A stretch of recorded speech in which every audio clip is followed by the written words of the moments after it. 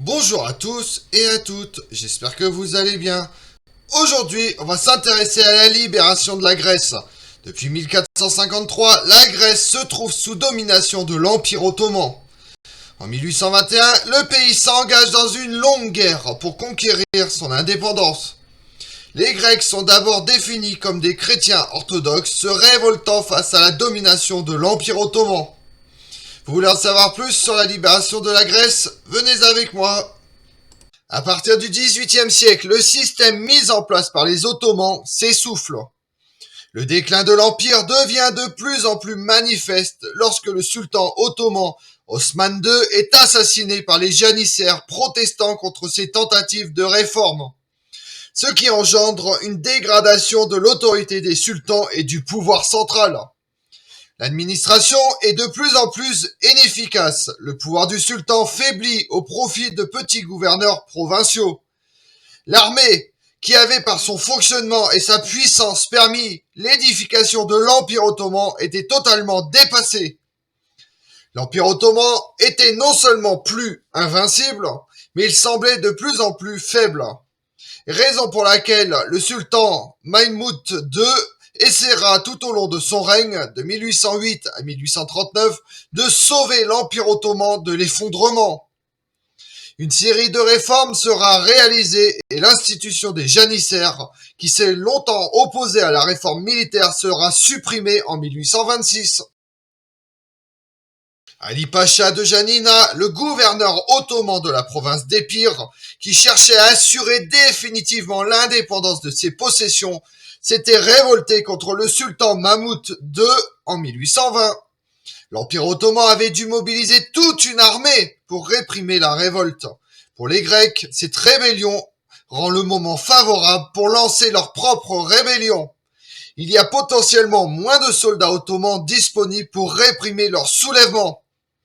L'insurrection est déclenchée dans le Péloponnèse. Elle commence entre le 15 et le 20 mars 1821 sous la double impulsion de Théodoros Kolokotronis, un des chefs de l'insurrection, et de Germanos, archevêque de Patras, qui proclame la guerre de libération nationale. Au moment même, Alexandre Ipsalatis pénètre en Moldavie et Valaquie, second foyer prévu pour l'insurrection contre l'Empire ottoman. Le 25 mars 1821, les premiers Grecs se soulèvent contre l'Empire ottoman, profitant de la mobilisation d'un grand nombre de soldats au nord du pays. Ils lancent l'insurrection dans le sud. C'est le début de la guerre d'indépendance grecque. La première grande attaque a lieu en mai 1821 à Tripolitza. Ce lieu n'est pas choisi au hasard. C'est la capitale ottomane du Péloponnèse, abritant presque exclusivement des Ottomans.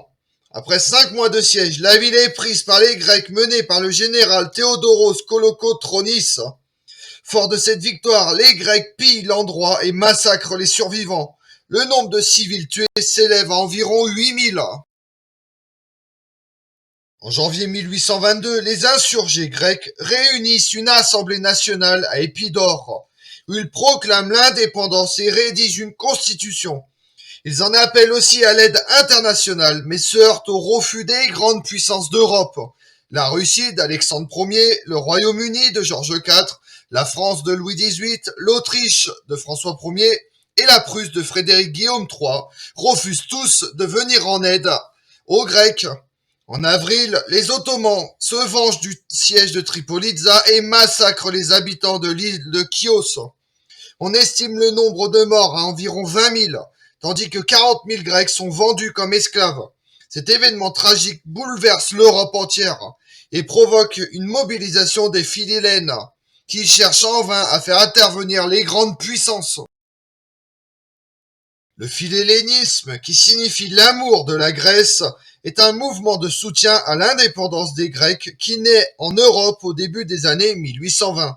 Il rassemble de nombreux artistes et auteurs comme Chateaubriand en France ou Lord Byron en Grande-Bretagne. Par extension, les Philhellènes sont des personnes à l'origine du mouvement d'aide morale, matérielle et militaire aux Grecs durant la guerre d'indépendance qu'ils font contre les Ottomans de 1821 à 1829, et des volontaires étrangers engagés aux côtés des Grecs pendant cette même guerre.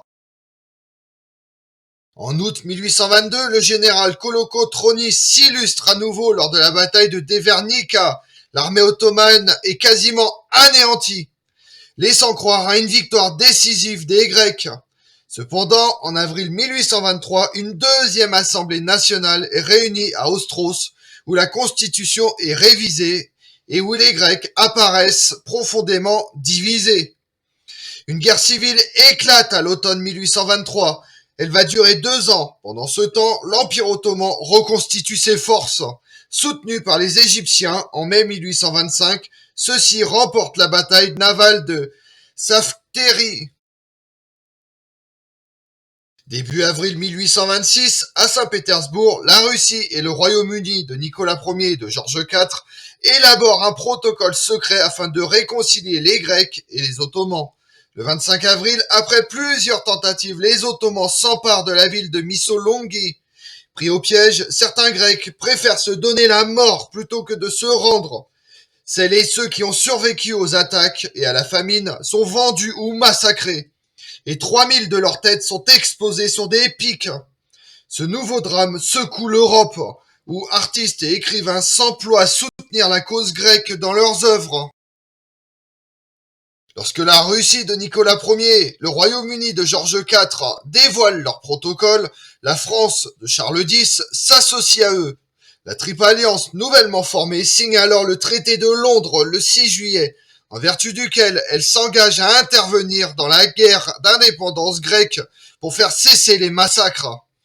Devant le refus des Ottomans d'accepter le traité, la Triple Alliance envoie une flotte dans la baie de Navarin le 20 octobre 1827.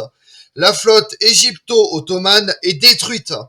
Cet événement intervient quelques mois après qu'une troisième assemblée nationale réunie à Trésène a donné une nouvelle constitution aux Grecs et a confié le gouvernement du jeune État républicain à Ioannis Kapodistrias. L'expédition envoyée par Charles X est une intervention terrestre de l'armée française dans le Péloponnèse entre 1828 et 1833. Elle est également accompagnée d'une expédition scientifique mandatée par l'Institut de France. Après la chute de Missolonghi en 1826, l'Europe occidentale décide d'intervenir en faveur de la Grèce insurgée. Son principal objectif est d'obtenir qu'Ibrahim Pacha, allié égyptien de l'Empire ottoman, évacue les régions occupées et le Péloponnèse. Privé de sa flotte, détruit à Navarin, l'Empire ottoman est incapable d'empêcher l'arrivée de troupes françaises. En août 1828, un corps expéditionnaire français de 15 000 hommes, conduit par le général Nicolas-Joseph Maison, débarque dans le sud-ouest du Péloponnèse. Au cours du mois d'octobre, les soldats prennent le contrôle des principales places fortes tenues par les troupes ottomanes. Bien que l'essentiel des troupes rentre en France début 1829, la présence française se poursuivra jusqu'en 1833. Comme lors de la campagne d'Égypte de Napoléon Bonaparte, où une commission des sciences et des arts avait accompagné l'expédition militaire, une commission scientifique placée sous la tutelle de 3 académies de l'Institut est adjointe aux troupes militaires. La création d'un État grec prend forme dans l'esprit des 3 puissances européennes. Début 1828, des négociations s'ouvrent avec Kapodistrias au sujet des frontières et du statut du nouvel État. En novembre 1828, l'autonomie de la Grèce, et non pas encore son indépendance, est reconnue à Londres. Le pays peut donc se gérer lui-même, mais reste dépendant de l'Empire ottoman, notamment par le versement d'un tribut annuel. En mars 1829, un autre protocole apporte plus de précision. Le 14 septembre 1829, le sultan Mahmoud II est forcé de reconnaître cette autonomie. Mais les puissances vont plus loin. Le 3 février 1830, dans le protocole final de Londres, elle déclare l'indépendance totale de la Grèce. Il faudra toutefois attendre 2 ans pour que l'Empire ottoman reconnaisse à son tour l'indépendance de la Grèce. Comme on l'a vu, ce qui commence comme une révolte se termine en 1830 comme une guerre d'indépendance reconnue par les puissances européennes lors de la signature du protocole de Londres. La Grèce n'aurait pas pu obtenir son indépendance sans l'intervention de la Russie, de l'Angleterre et de la France. Je vous remercie d'avoir suivi cette vidéo en ma compagnie. Si vous voulez connaître mes autres vidéos, retrouvez-moi sur ma chaîne YouTube, Tout sur l'Histoire avec Damien, et sur les réseaux sociaux, Twitter et Instagram, Histoire Damien. Et pensez à liker, commenter et vous abonner. Je vous remercie à tous.